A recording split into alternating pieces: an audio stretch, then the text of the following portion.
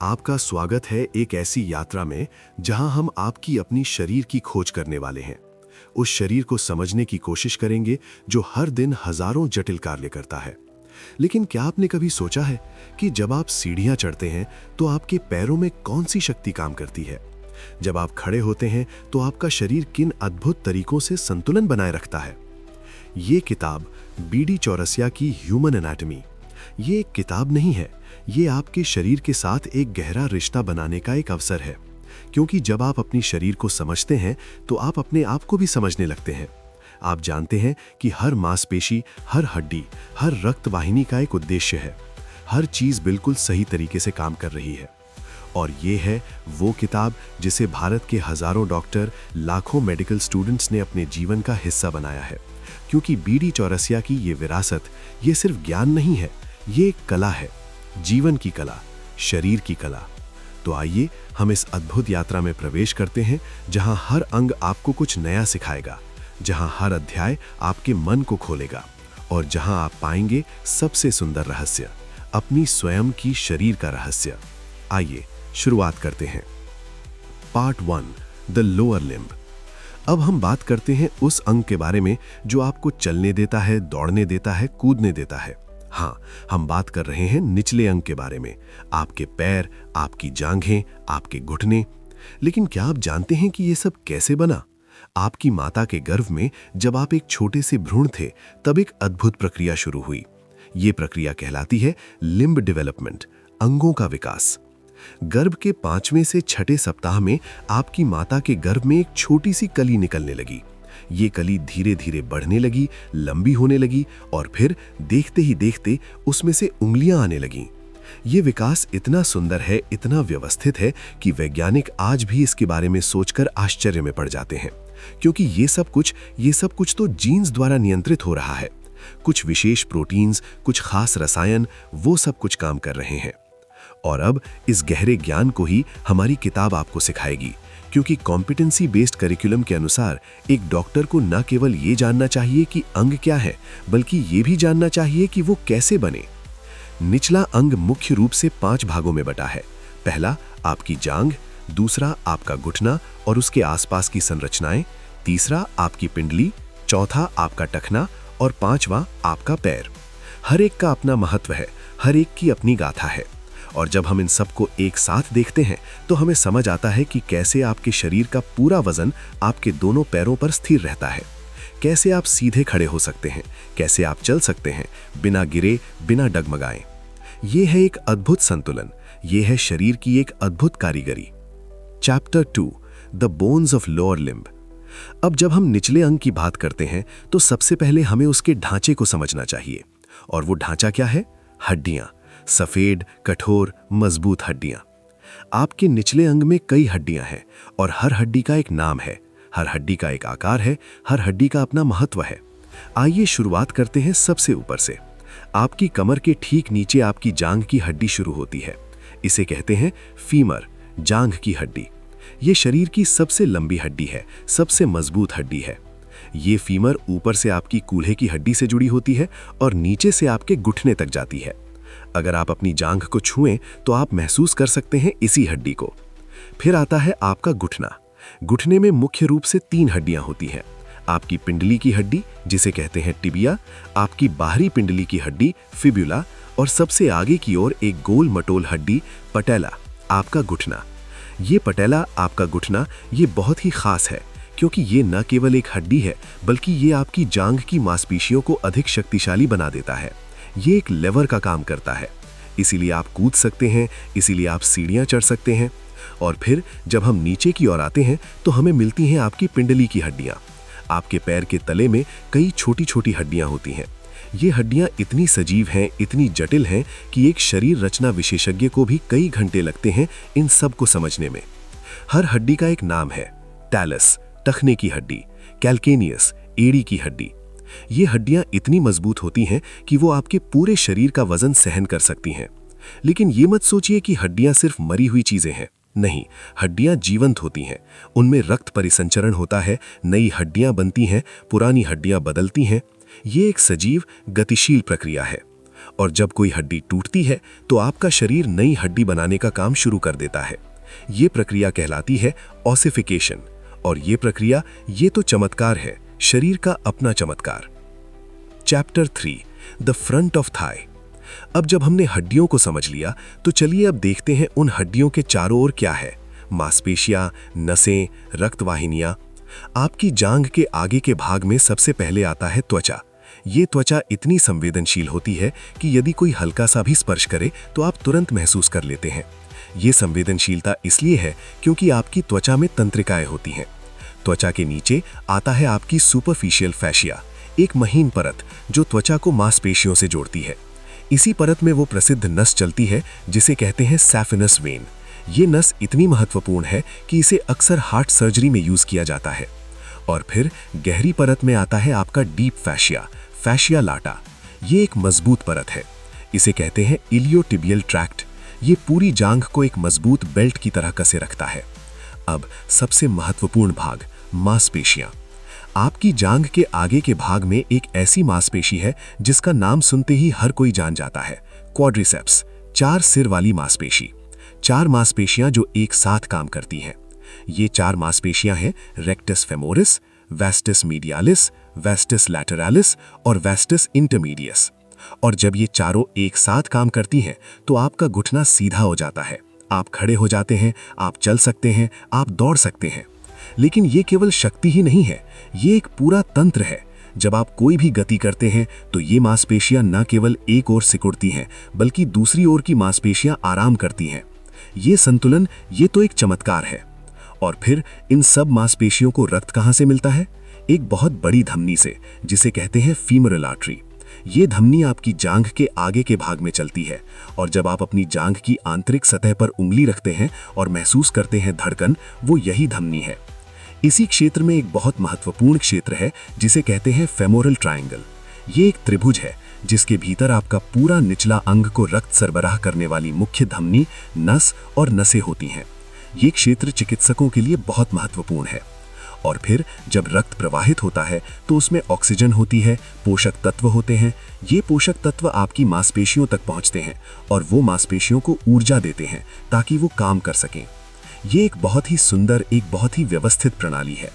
और जब आप अपनी जांघ को देखते हैं तो बस एक जांघ दिखाई देती है, लेकिन अंदर अंदर तो ये एक पूरी दुनिया है। हजारों रक्त कणिकाएं दौड़ रहे हैं, लाखों कोशिकाएं काम कर रहे हैं। ये है शरीर की सबसे बड़ी कला। Chapter 4, medial side of thigh and adductor compartment. जब हम जांघ के आंतरिक भाग की बात करते हैं तो हम एक ऐसे भाग की बात कर रहे हैं जो आपके शरीर को संतुलित रखने के लिए बेहद महत्वपूर्ण है। ये भाग कहलाता है एडक्टर कंपार्टमेंट। यहाँ की मांसपेशियों का एक बहुत खास काम है, वो आपकी जांघ को अंदर की ओर लाती हैं। ये गेट का एक बहुत महत्वपूर्ण हिस्सा है, चलने का एक महत्वपूर्ण हिस्सा है। इस कंपार्टमेंट में कई मांसपेशियां हैं। सबसे महत्वपूर्ण है एडक्टर लॉन्गस। ये मसल ऐसी जगह से शुरू होता है जहां से महिलाएं बच्चों को जन्म देती हैं। हाँ, ये प्यूबिस बोन से शुरू होता है और फिर ये जांघ की हड्डी तक जाता है। लेकिन ये सिर्फ एक मांसपेशी नहीं है, इसके चारों ओर एक बहुत महत्वपूर्ण नस चलती है, ऑब्ट्यूरेटर नर्व। ये नर्व आपके पूरे शरीर की मूवमेंट को कंट्रोल करता है। यदि ये नर्व डैमेज हो जाए तो आपकी चलने की क्षमता प्रभावित हो सकती है। और फिर इसी क्षेत्र में एक महत्वपूर्ण धमनी भी चलती है, ऑब्ट्यूरेटर आर्टरी। ये धमनी आपकी जांघ के आंतरिक भाग को रक्त प्रदान करती है। अब आइए एक क्षण के लिए सोचते हैं, जब आप चलते हैं तो क्या होता है? आपकी एक जांघ आगे जाती है, दूसरी पीछे आती है और फिर दूसरी जांघ आगे जाती है। इस पूरी प्रक्रिया में ये एडक्टर मसल्स एक महत्वपूर्ण भूमिका निभाते हैं। ये मसल्स आपके दोनों जांघों को एक दूसरे के निकट रखते हैं, एक संतुलन बनाते हैं। यही है शरीर की कला। हर मांसपेशी, हर नस, हर धमनी, सब कुछ एक ही लक्ष्य के लिए काम कर रहे हैं, आपको गतिशील रखने के लिए, आपको जीवंत रखने के लिए। Chapter 5, gluteal region, the power house. अब हम बात करते हैं एक ऐसे क्षेत्र के बारे में जो शायद आप हर दिन अपने बारे में सोचते तो हैं, लेकिन शायद कभी जानना नहीं चाहते थे। आपका कूल्हा, आपका ग्लूटियल रीजन। लेकिन क्या आप जानते हैं, ये क्षेत्र आपके शरीर में सबसे मजबूत क्षेत्र है। यहाँ की मांसपेशियां इतनी शक्तिशाली होती हैं कि वो आपके पूरे शरीर को सपोर्ट कर सकती हैं। इस क्षेत्र में सबसे बड़ी मांसपेशी है ग्लूटियस मैक्सिमस। ये मसल इतनी बड़ी है कि जब आप एक जगह बैठते हैं तो ये पूरी तरह फैल जाती है। जब आप खड़े होते हैं तो सिकुड़ जाती है। ये मसल अकेले ही आपके पूरे शरीर का वजन संभाल सकता है। और फिर इस ग्लूटियस मैक्सिमस के नीचे दो और मांसपेशियां हैं, ग्लूटियस मीडियस और ग्लूटियस मिनिमस। ये दोनों मसल्स तब काम आती हैं जब आप एक पैर पर खड़े होते हैं। जब आप चलते हैं तो एक साइड से ये मसल्स आपको पुल करती हैं ताकि आप संतुलित रहें। लेकिन सिर्फ मांसपेशियां ही नहीं, इस क्षेत्र में कुछ और भी है जो बहुत महत्वपूर्ण है, कुछ बहुत इंपॉर्टेंट नर्व्स और आर्टरीज। सबसे महत्वपूर्ण नर्व है सायाटिक नर्व। ये नर्व इतनी बड़ी और महत्वपूर्ण होती है कि पूरे निचले अंग की मेजॉरिटी ऑफ मूवमेंट्स इसी नर्व पे डिपेंड करती हैं। यदि ये नर्व कंप्रेस हो जाए तो आपको सायाटिका होता है, एक बहुत दर्दनाक कंडीशन। और फिर आर्टरीज, सुपीरियर ग्लूटियल आर्टरी और इंफीरियर ग्लूटियल आर्टरी। ये दोनों आर्टरीज इसी क्षेत्र से निकलती हैं और पूरे ग्लूटियल रीजन को blood. Chapter 6 popliteal fossa, the back of नी। अब हम बात करते हैं एक ऐसे क्षेत्र के बारे में जो आपके शरीर में सबसे संवेदनशील क्षेत्रों में से एक है, आपके घुटने के पीछे का हिस्सा। इसे कहते हैं पॉप्लिटियल फोसा। ये एक बहुत ही इंपॉर्टेंट एनाटॉमिकल स्पेस है। ये एक त्रिभुज की तरह है जिसके ऊपर की ओर दो मसल्स हैं, हैमस्ट्रिंग मसल्स, जो आपकी जांग के पीछे होती हैं, और नीचे की ओर दो मसल्स हैं, गैस्ट्रोक्रेनेमियस मसल्स, जो आपकी पिंडली के पीछे होती हैं। लेकिन इस ट्रायंगुलर स्पेस के अंदर क्या है? कुछ बहुत महत्वपूर्ण चीजें। सबसे पहले पॉप्लिटियल आर्टरी। ये एक बहुत ही महत्वपूर्ण आर्टरी है। यह आपकी जांग की मुख्य आर्टरी का कंटिन्यूएशन है और ये आर्टरी आपके पूरे निचले लेग को ब्लड सप्लाई करता है। अगर कोई एक्सीडेंट में ये आर्टरी कट हो जाए तो बहुत खतरनाक हो सकता है, क्योंकि ये पिछले हिस्से में छिपी होती है। इसलिए कभी कभी इंजरी के तुरंत बाद लोगों को एहसास नहीं होता कि ये कितना सीरियस है। फिर है पॉप्लिटियल वेन। ये वेन आर्टरी के साथ चलता है और ये भी बहुत इंपॉर्टेंट है। और फिर नर्व्स। इस रीजन में एक बहुत बड़ी और महत्वपूर्ण नर्व है, टिबियल नर्व। ये नर्व आपकी पिंडली के मसल्स को कंट्रोल करता है। और एक और नर्व है कॉमन पेरोनियल नर्व। ये नर्व स्प्लिट हो जाता है इसी रीजन में। अब आइए एक इंटरेस्टिंग बात सोचते हैं। जब आप अपने घुटने के पीछे को छूते हैं तो आप महसूस कर सकते हैं एक हॉलो, एक एम्प्टी स्पेस। लेकिन ये केवल एम्प्टी नहीं है, ये बहुत सारे इंपॉर्टेंट स्ट्रक्चर्स से भरा है और वो सब स्ट्रक्चर्स आपके मूवमेंट को पॉसिबल बनाते हैं। जब आप अपना घुटना बेंड करते हैं तो ये पॉप्लिटियल फोसा कोलैप्स हो जाता है। जब आप अपना घुटना स्ट्रेटन करते हैं तो ये अपने पूरे विड्थ में ओपन हो जाता है। ये एक बहुत ही कॉम्प्लेक्स और सोफिस्टिकेटेड मैकेनिज्म है। Chapter 7 back of thigh. अब हम बात करते हैं आपकी जांग के पिछले भाग के बारे में। एक ऐसा भाग जो शायद कम दिखाई देता है लेकिन बहुत महत्वपूर्ण है। इस भाग में मुख्य रूप से 3 मांसपेशियां होती हैं जिन्हें कलेक्टिवली कहते हैं हैमस्ट्रिंग मसल्स। ये मांसपेशियां हैं बाइसेप्स फेमोरिस, सेमीटेंडिनोसिस और सेमीमेम्ब्रेनोसिस।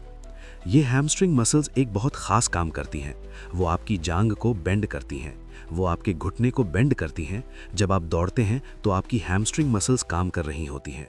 जब आप सीढ़ियां चढ़ते हैं तो ये मसल्स काम कर रही होती हैं। लेकिन क्या आप जानते हैं, ये मसल्स अक्सर इंजर्ड हो जाती हैं, विशेषकर एथलीट्स में, क्योंकि ये मसल्स बहुत फास्ट एक्शन करती हैं और अगर प्रॉपर वार्म अप ना हो तो ये ईजिली स्ट्रेन हो सकती हैं। और अब हम बात करते हैं सायाटिक नर्व की। ये सबसे बड़ी नर्व है आपके निचले अंग में। ये जांग के पिछले भाग से होकर गुजरता है और ये नर्व हैमस्ट्रिंग मसल्स को उनके काम करने के सिग्नल देता है। इसी क्षेत्र में कुछ महत्वपूर्ण आर्टरीज भी चलती हैं जो आपकी जांग के मसल्स को ब्लड सप्लाई करती हैं। ये आर्टरीज एक बहुत ही कॉम्प्लेक्स नेटवर्क बनाती हैं। अब आइए एक इंटरेस्टिंग बात सोचते हैं। जब आप कोई स्पोर्ट खेलते हैं जैसे क्रिकेट या फुटबॉल, तब आपकी हैमस्ट्रिंग मसल्स बहुत तेजी से कॉन्ट्रैक्ट और रिलैक्स होती हैं बार बार, और ये रेपिटेटिव एक्शन ही कभी कभी इन मसल्स को फटीग करवा देता है या इंजरी का कारण बन जाता है।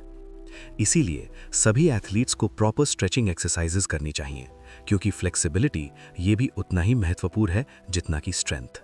Chapter 8, 9, 10 the lower limb, a Marvel of engineering. अब हम बात करते हैं आपके पैर के बारे में, पिंडली से लेकर आपके सबसे नीचे तक। पिंडली में मुख्य रूप से 2 हड्डियां होती हैं। आगे की ओर टिबिया, जो बहुत ही मजबूत होता है, और बाहर की ओर फिब्युला, जो पतली होती है। ये दोनों हड्डियां एक दूसरे के पास पास चलती हैं लेकिन अलग अलग होती हैं। अब इन दोनों हड्डियों के चारों ओर मसल्स हैं। आगे की ओर की मसल्स जो पैर को ऊपर की ओर उठाती हैं, पीछे की ओर की मसल्स जो पैर को नीचे की ओर धकेलती हैं, बाहर की ओर की मसल्स जो पैर को बाहर की ओर रोटेट करती हैं। ये एक बहुत ही सोफिस्टिकेटेड सिस्टम है। हर मूवमेंट के लिए, हर डायरेक्शन के लिए अलग अलग मसल्स हैं और ये सब मसल्स कोऑर्डिनेटेड तरीके से काम करती हैं। अब आता है सबसे जटिल भाग, आपका पैर। आपके पैर में कितनी हड्डियां हैं? 26 हड्डियां, और ये सभी हड्डियां एक बहुत ही स्पेसिफिक अरेंजमेंट में रहती हैं। टैलस, ये फुट की अपरमोस्ट बोन है जो एंकल से जुड़ी है। कैल्केनियस, ये आपकी एडी है जो आपके पैर को जमीन से टच रखने में मदद करता है। और फिर कई सारी छोटी हड्डियां, टार्सल्स, और फिर मेटाटार्सल्स और फैलेंजेस। ये हड्डियां आपके पैर की उंगलियां बनाती हैं। लेकिन ये सिर्फ हड्डियां नहीं हैं, इन सब हड्डियों को जोड़ने वाली लिगामेंट्स हैं, और ये लिगामेंट्स बहुत ही स्ट्रांग होती हैं। इसीलिए आप अपने पैर को अलग अलग दिशाओं में मूव कर सकते हैं। अब आपके पैर के सोल में कितनी मसल्स हैं? लगभग 20 से ज्यादा मसल्स, और ये सभी मसल्स कोऑर्डिनेटेड तरीके से काम करती हैं ताकि आप सीधे चल सकें, दौड़ सकें, कूद सकें, बैलेंस रख सकें। पैर की सबसे बड़ी मसल है एब्डक्टर हेलिसिस, ये आपकी बिग टो को मूव करता है। और फिर हैं इंटरोसियाई, ये छोटी छोटी मसल्स आपकी फैलेंजेस को कंट्रोल करती हैं। और सबसे महत्वपूर्ण प्लांटर एपोन्यूरोसिस, ये एक थिक पावरफुल फैशिया है जो आपके पूरे फुट को सपोर्ट करता है। यही है जो आपके फुट के आर्च को मेंटेन रखता है। अब भीतर तो सब कुछ है, लेकिन ब्लड सप्लाई कहां से आता है? मुख्य आर्टरीज हैं anterior tibial artery, posterior tibial artery, dorsalis pedis artery. ये सभी आर्टरीज एक नेटवर्क बनाती हैं जो आपके पूरे फुट को ब्लड डिलीवर करता है। और nerves, deep peroneal nerve, superficial peroneal nerve, tibial nerve, medial planter nerve और लैटरल प्लांटर नर्व, ये सभी नर्व्स आपके फुट को सेंसेशंस और मूवमेंट्स प्रोवाइड करते हैं। ये एक बहुत ही इनक्रेडिबल सिस्टम है। छोटा सा फुट, लेकिन हजारों मसल्स, नर्व्स, आर्टरीज और बोन्स का एक कॉम्प्लेक्स नेटवर्क। यही है शरीर की सबसे बड़ी कला। Chapter 11, Venus and lymphatic drainage. अब हम बात करते हैं एक ऐसी चीज के बारे में जो आप हर दिन अनुभव तो करते हैं लेकिन सोचते नहीं हैं। जब आप लंबे समय तक बैठते हैं तो आपके पैर में सूजन आ जाता है। जब आप थक जाते हैं तो आपके पैर भारी भारी लगते हैं।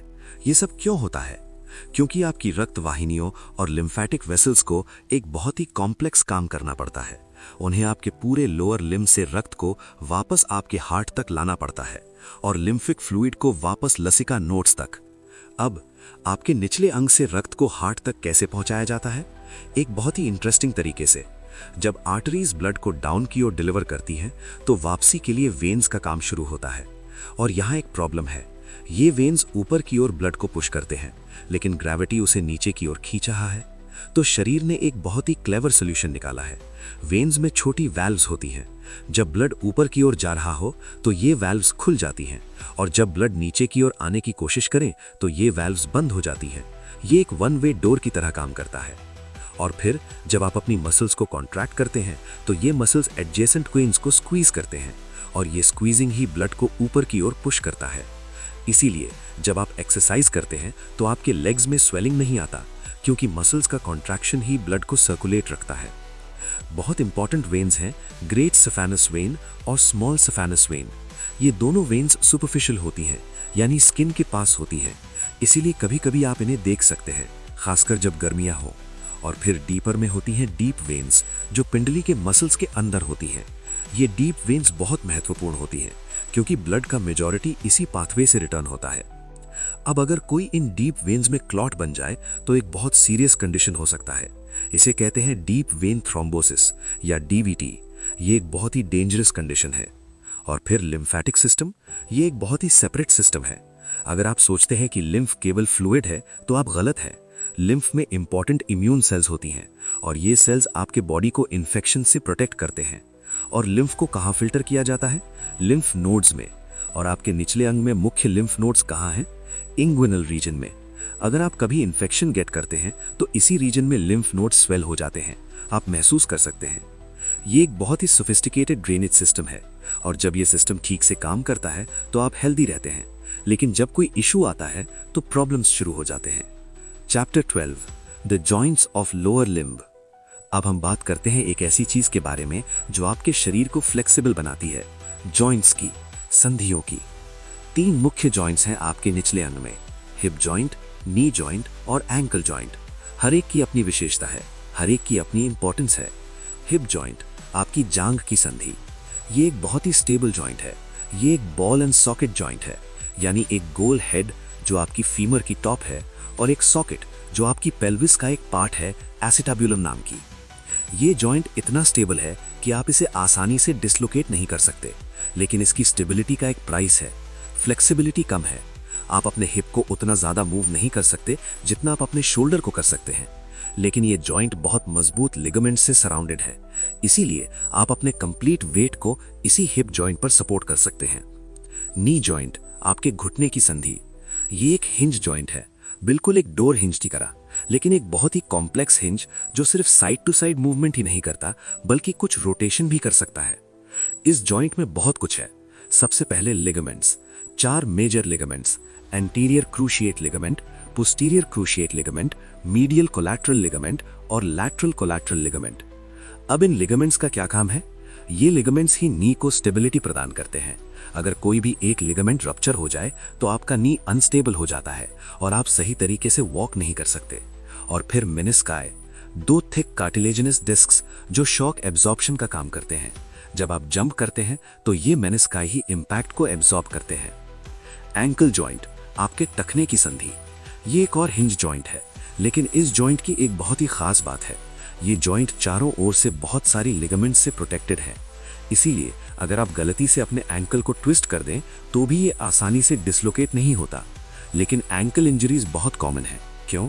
क्योंकि इन्वर्जन, बाहर की ओर टर्निंग, ये एक बहुत ही कॉमन मूवमेंट है और एक्सीडेंटली होने की पॉसिबिलिटी बहुत ज्यादा है। अब जब हम सभी जॉइंट्स को एक साथ देखते हैं तो हमें part 2, the abdomen and pelvis. अब हम एक नए चैप्टर में प्रवेश करते हैं।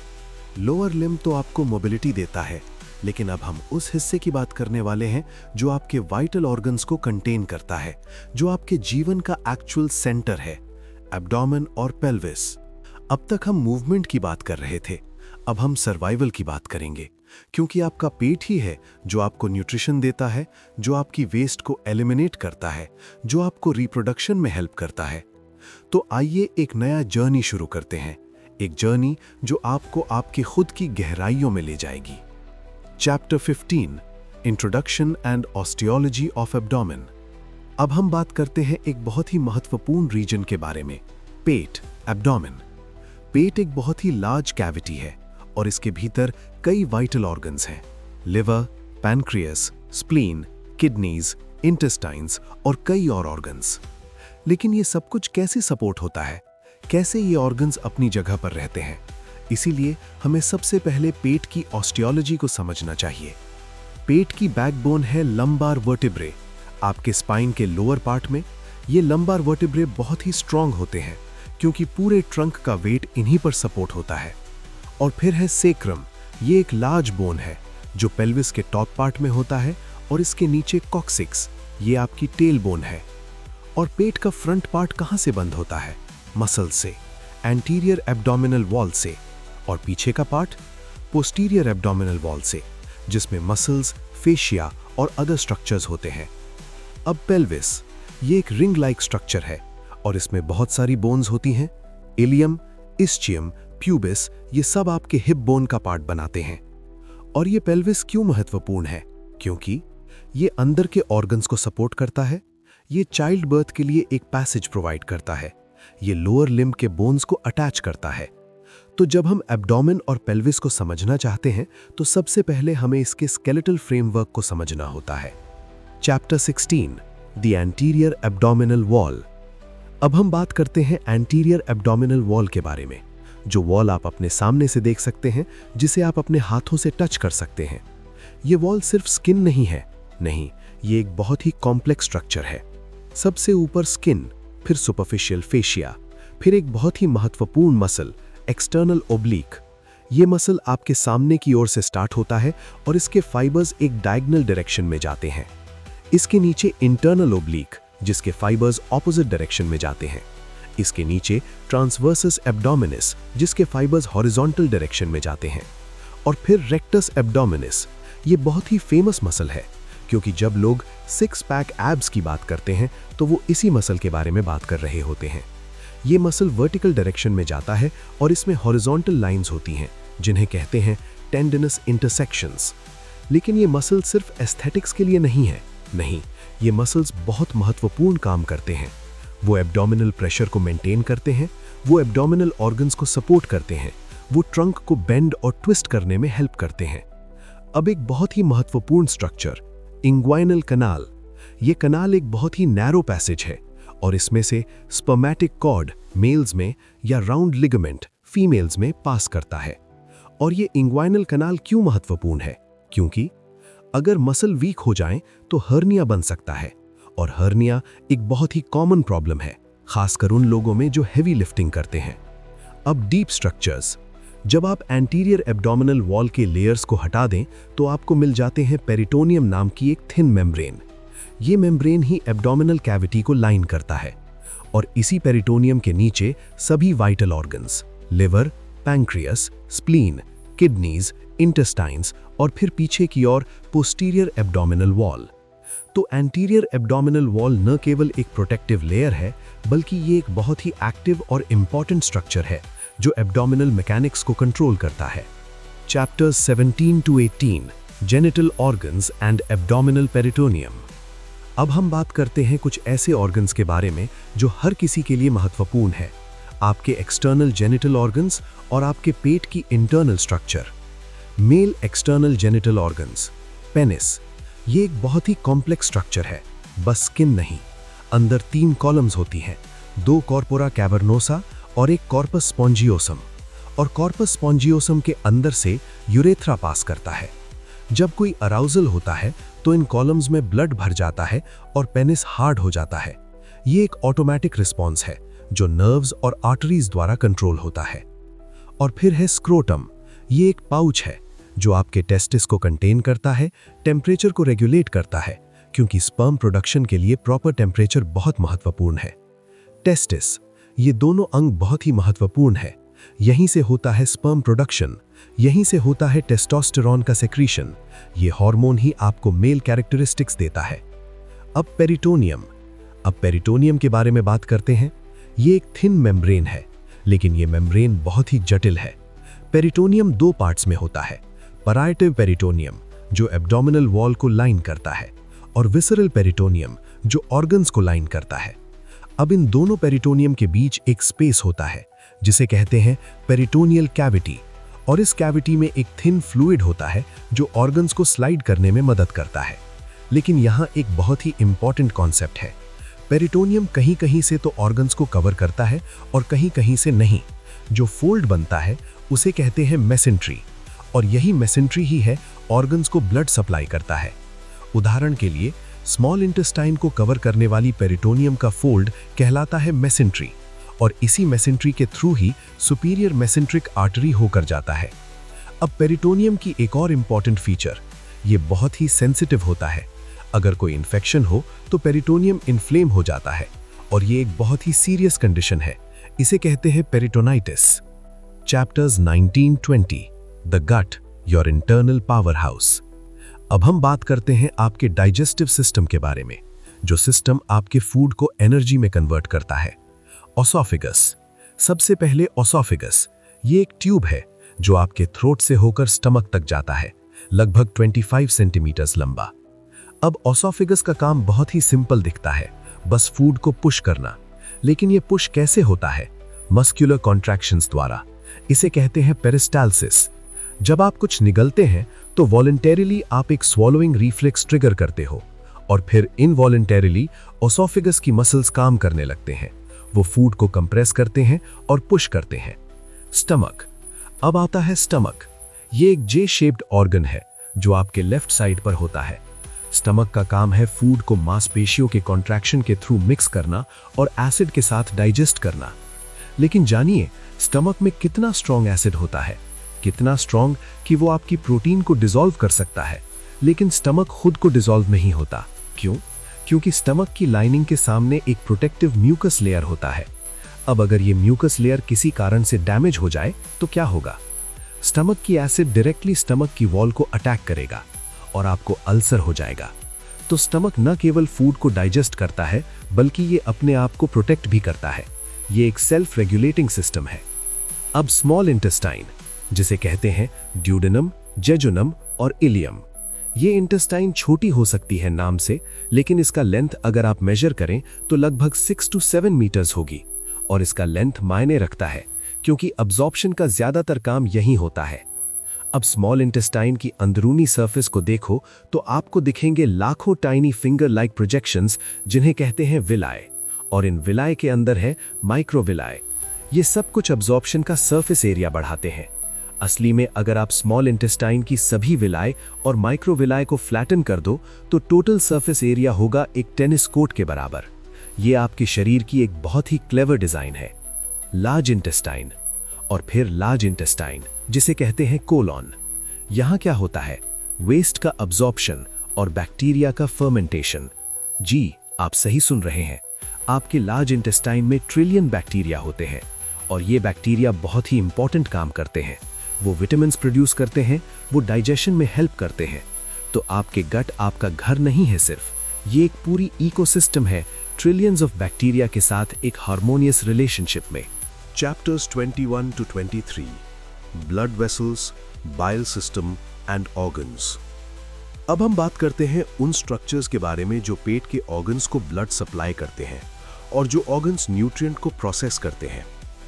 Blood vessels of GIT। आपके गट को ब्लड कहां से मिलता है? 3 मेजर आर्टरीज से। सीलियाक ट्रंक, ये स्टमक, लिवर और स्प्लीन को ब्लड दे रहा है।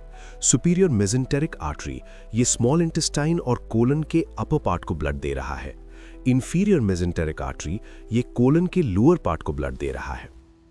अब रक्त डिलीवरी के बाद वो कहां जाता है? पोर्टल वेन के माध्यम से लिवर में जाता है।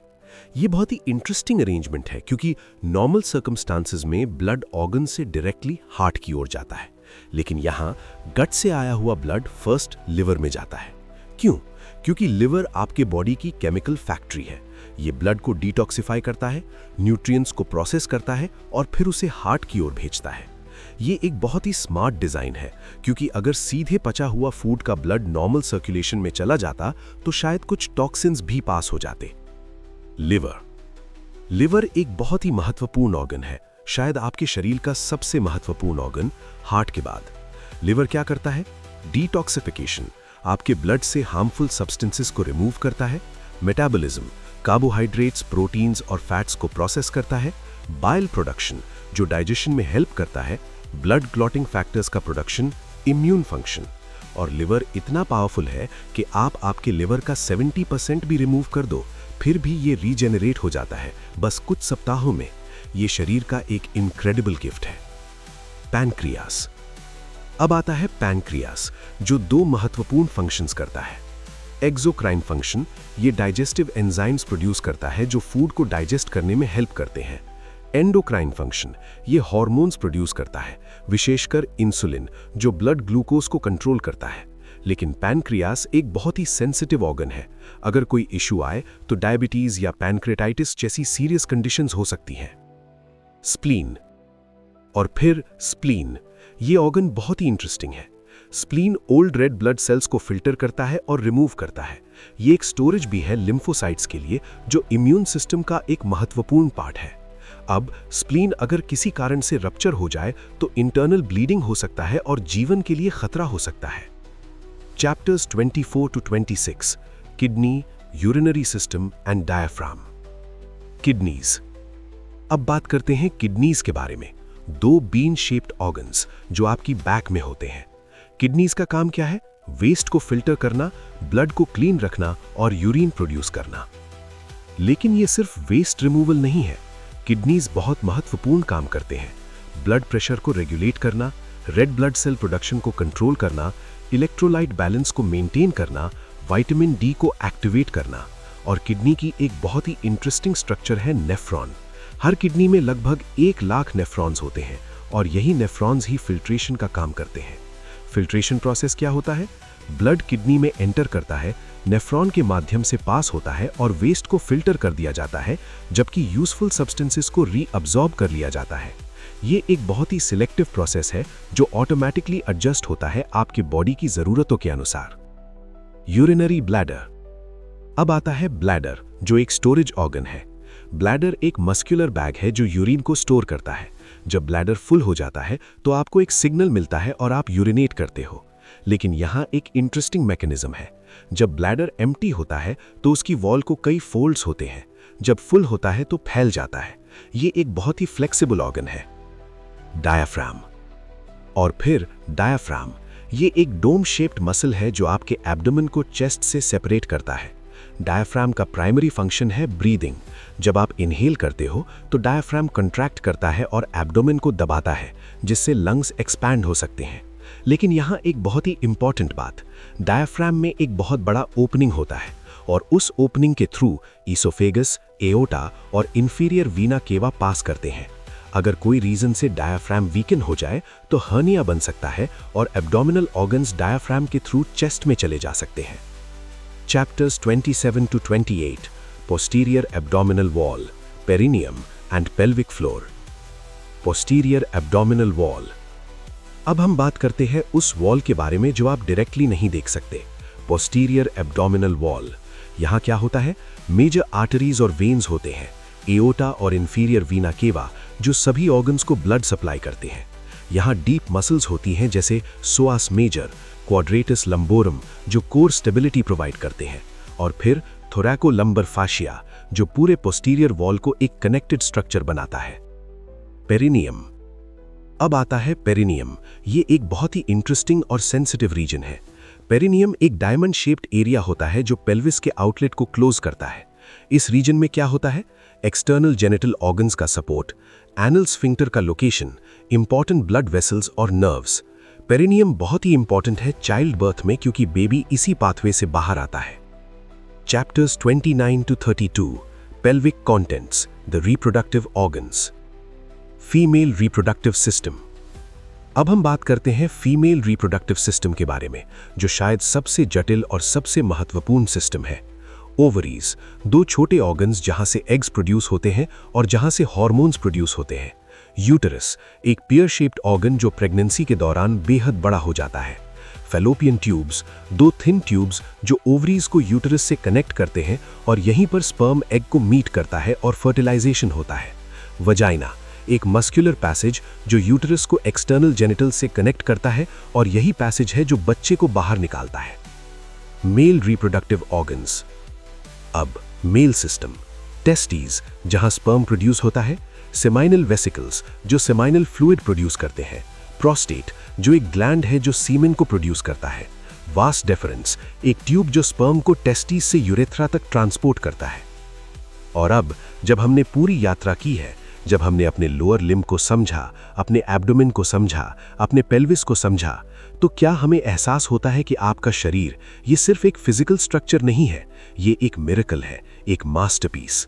हर बोन, हर मसल, हर नर्व, हर वेसल, सब कुछ एक ही काम के लिए काम कर रहे हैं, आपको जीवन देने के लिए, आपको हेल्दी रखने के लिए, आपको खुश रखने के लिए। और ये जो नॉलेज आपने पाई है, इसका रिस्पॉन्सिबिलिटी भी है। इस नॉलेज का यूज करो, अपने शरीर का ख्याल रखो, सही खाना खाओ, सही एक्सरसाइज करो, अपनी हेल्थ को प्रायोरिटी दो, क्योंकि आपका शरीर ये आपकी सबसे बड़ी वेल्थ है। इसके बिना कुछ भी मायने नहीं रखता। तो BD चौरसियाज ह्यूमन एनाटमी, ये महान किताब जिसे लाखों डॉक्टर्स ने पढ़ा है, लाखों स्टूडेंट्स ने पढ़ा है, उसी में से ये नॉलेज आपके पास पहुंची और अब आप भी इस लेगेसी का एक हिस्सा हो। शुक्रिया इस अद्भुत जर्नी के लिए, आपके अपने शरीर को समझने के लिए। और याद रखो, नॉलेज इज पावर, और ये नॉलेज ये आपकी शक्ति है।